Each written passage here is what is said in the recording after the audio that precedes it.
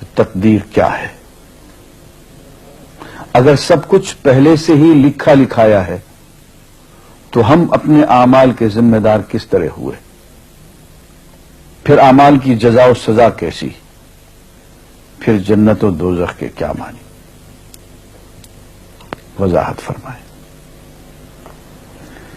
بھائی سچی بات یہ ہے کہ اس سوال نے ایک عرصے تک مجھے بھی ستائے رکھا،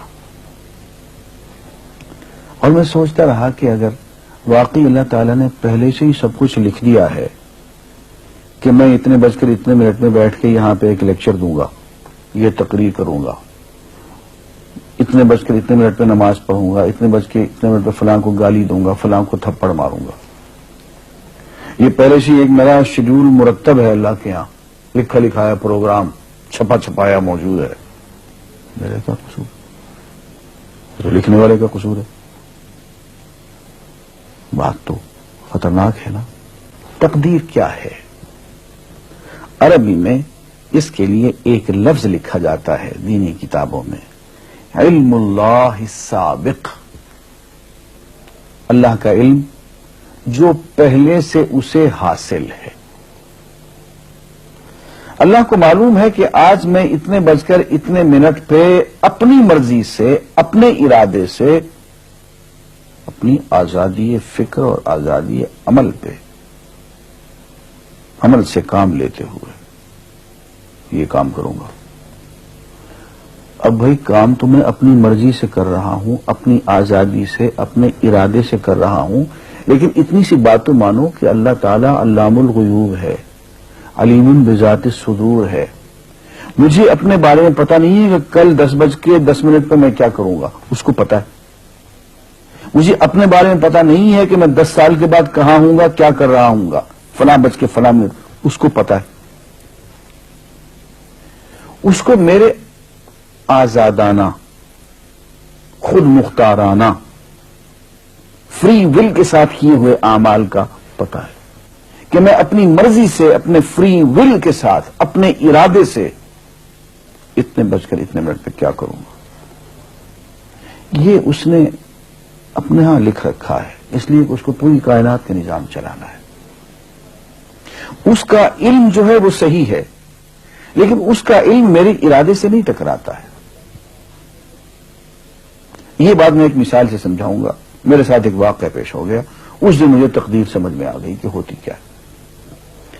1971 کی بات ہے کہ یہاں اکاؤنٹنٹ جنرل آفس میں میں ڈپٹی اکاؤنٹنٹ جنرل تھا.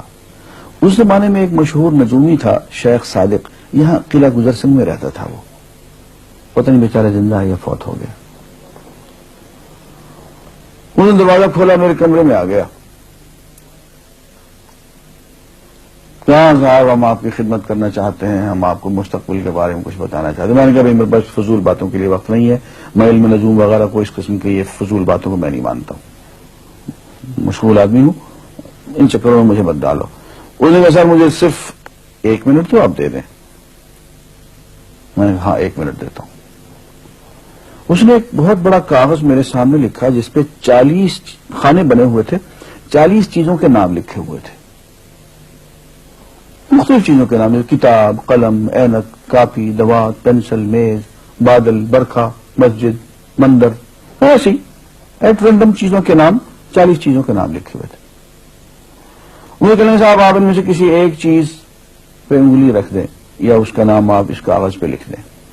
اور مجھے یہ کہتے کہتے اس نے ایک پیس آف پیپر میری میز سے اٹھایا اور اس پہ کچھ لکھا اور اس کو یوں الٹا کے رکھ دیا.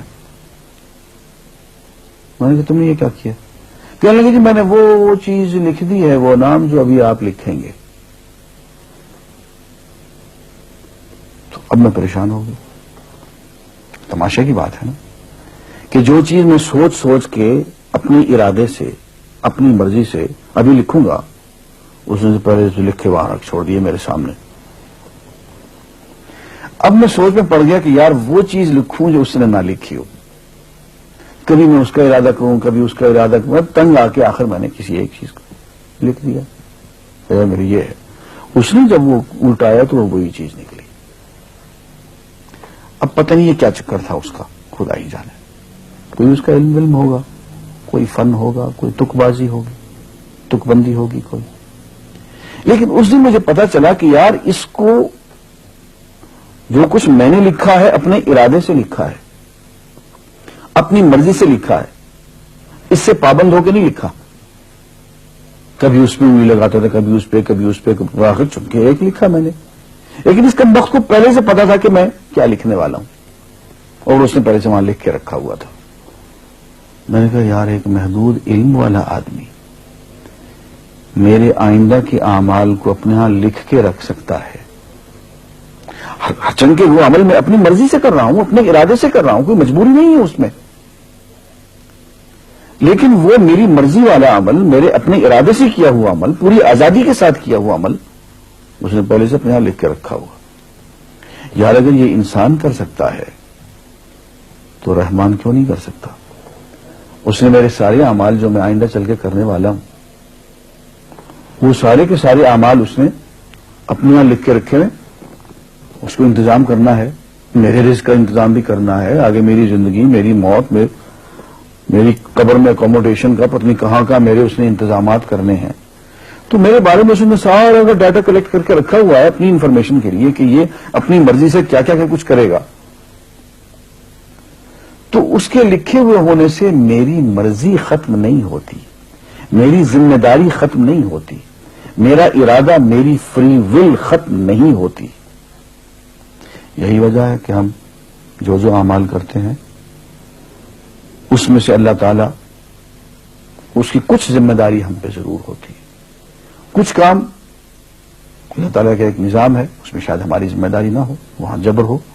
لیکن کچھ اعمال ایسے ہیں جن میں خالصتاً ہمیں آزادی حاصل ہے, ہمیں اختیار حاصل ہے, ہم ان کے ذمہ دار ہیں, ہمیں ان پہ جزا ملے گی, ہمیں ان پہ سزا ملے گی, اللہ تعالیٰ بچائے. اور جزا ملے گی تو جنت ہوگی, سزا ملے گی تو دوزخ ہوگی. لیکن آزادی عمل اور ارادہ ضرور ہے. یہ الگ بات ہے کہ اللہ تعالیٰ کو پہلے سے ہی معلوم ہے کہ ہم اپنے ارادے سے اور اپنی آزادی اور اپنی مرضی سے ہم آج اور کل اور پرسوں اور سال بھر کے بعد اور 10-20 سال کے بعد ہم کیا کیا کریں گے اس کے ہاں لکھا ہوا ہے. وَعِندَهُ عِلْمُ الْكِتَابِ, اس کے ہاں وہ سب کچھ لکھا ہوا ہے. لیکن ہم جو کرتے ہیں اپنے ارادے سے کرتے ہیں اور اس کے ذمہ دار ہیں. وآخر دعوانا الحمدللہ رب العالمین.